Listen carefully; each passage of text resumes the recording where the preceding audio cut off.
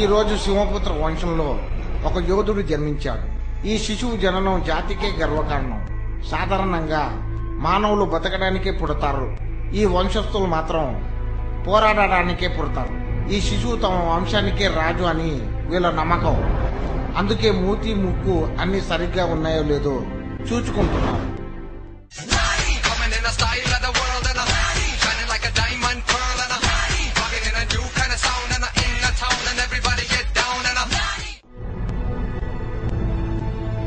ఏ తల్లిదండ్రులైనా తమ పిల్లలకి పాఠాలు నేర్పిస్తారు, కానీ వీళ్ళు మాత్రం పోరాటాలు నేర్పిస్తారు. యుద్ధమే తమ వృత్తి అని భావిస్తారు. వీడు చూడడానికి పిల్లోడే అయినా పౌరుషంలో మాత్రం పిడుగు.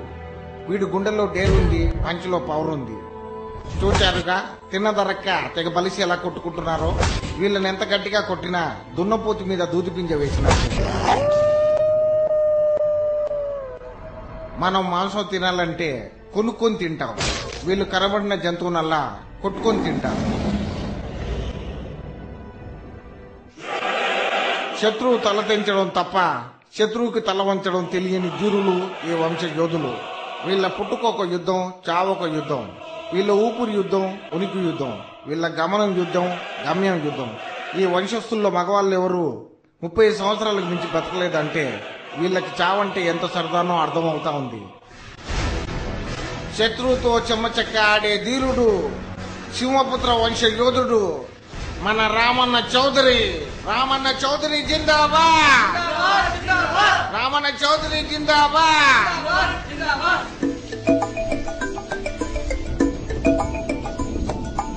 ఎవరని ఎదురే నిలిస్తే తెలిసే బదుల తడే, పెను తుఫాను తలొంచి చూసే తొలి నిప్పు కణము అతడే, పెను తుఫాను తలొంచి చూసే తొలి నిప్పు కణము అతడే.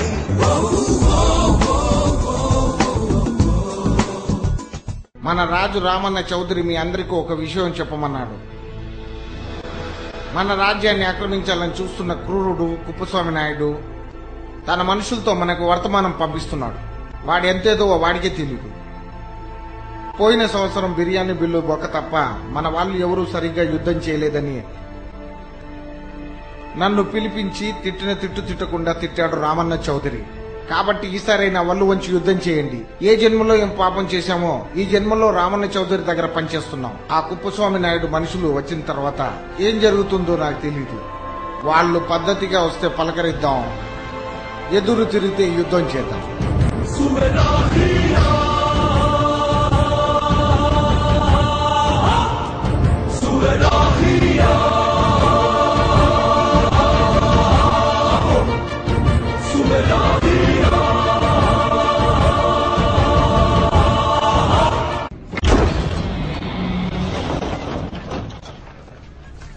వరే అప్పలనాయుడు, ఎక్కడ గుంటలు బాగున్నాయి కదరా?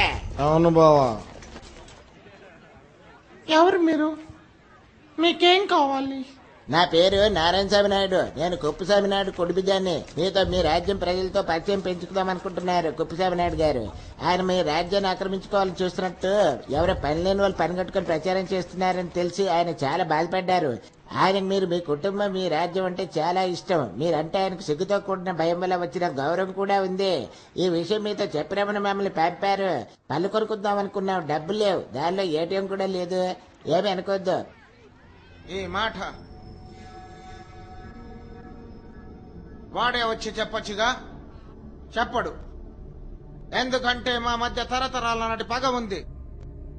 మా తాత వాళ్ళ బామ్మని మా నాన్న వాళ్ళ అమ్మని లేపుకుపోయాడు. నేను చేసుకున్న అమ్మాయి కూడా వాడు చేసుకోవాల్సిన అమ్మాయి. అప్పటి నుంచి మా మీద పగ పెంచుకున్నాడు. ఆయనదంతా మర్చిపోయారు. వాడు మర్చిపోడు. మర్చిపోయే రకం కాదు వాడు. రామన్నా, నువ్వు నీ ప్రజల ప్రాణాలతో ఉండాలంటే కుప్పస్వామి నాయుడు మాట విను. అర్థమైందే?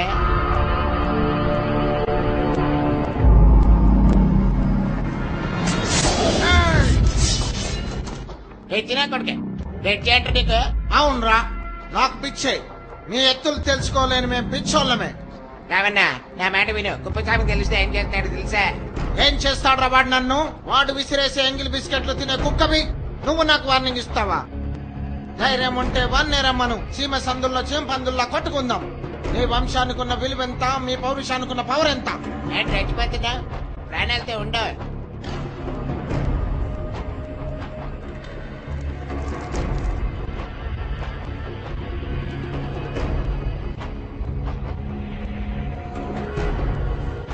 నోరు లెగుస్తుందేంట్రా? చౌదరి, రామన్న చౌదరి! కాలం నన్ను తరిమిందో దూరం లాగెదిరిస్తా, సమయం సరదా పడితే సమరంలో గెలిచేస్తా.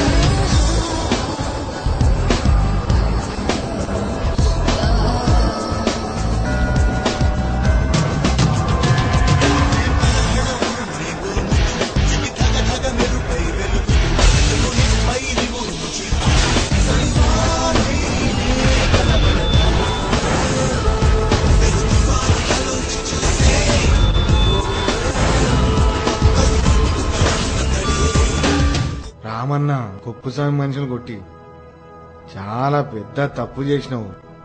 ఇప్పుడు నన్నేం చేయమంటావు పెద్ద ఆయన? చేసేదేమున్నదిగా యుద్ధమే. అదేంటి పెద్ద ఆయన అలా అంటావు? లేకపోతే ఏంట్రా, నీ పొగరు నువ్వు చూపించినావు, వాడి ప్రతాపం వాడు చూపించుండు. మీ తాత వాడి బామ్మని, మీ బావువాడి అమ్మని తీసుకెళ్ళినప్పుడు నాతో ఒక్క మాట కూడా చెప్పలేదు, ఆఖరికి నువ్వు కూడా. అయితే యుద్ధం చెయ్యక తప్పదన్నమాట. అదిగో మన రంకుమొగుడు వస్తున్నాడు రా. ఈరోజు ఏదో ఒకటి తెలిసిపారేయాలరా. ఏంటి భూపతి చౌదరి, మూడు నెలల నుంచి జీతాలు ఇవ్వట్లేదని అందరు గొడవ చేస్తున్నారా? మొన్న ఈ కుర్రాడొక్కడి డబ్బు కోసం కాదు, ఆత్మసంతృప్తి కోసం మీ దగ్గర పనిచేస్తున్నాను అన్నాడు. టచ్ చేశాడు. టచ్ లో ఉండమని చెప్పా. రామన్న గారు, మా పిల్లని ఎలా పోషించుకోవాలి? మాకు జీతాలు ఇవ్వరా? ఏదో ఒకటి చెయ్యి. కాసేపు ఆగితే కొట్టేలా ఉన్నారు వీళ్ళు. వీడు నీ కొడుకే కదా, మీసాలు తీసేశాడేంటి? మన వంశానికి అవమానం భూపతి చౌదరి. వాడొక్క అమ్మాయిని లవ్ చేస్తున్నాడు. ఆ పిల్ల గుచ్చుకుంటున్నాయి అంటే మొత్తం నున్నగా గీక్కిస్తాడు. ఈసారి రేపుగా పెంచుకుంటాడు లేరామన్న.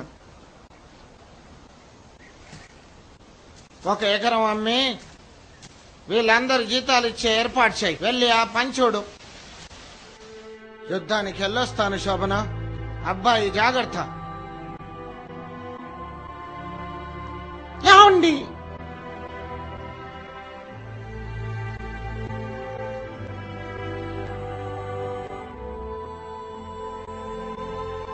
ఏంటి శోభన?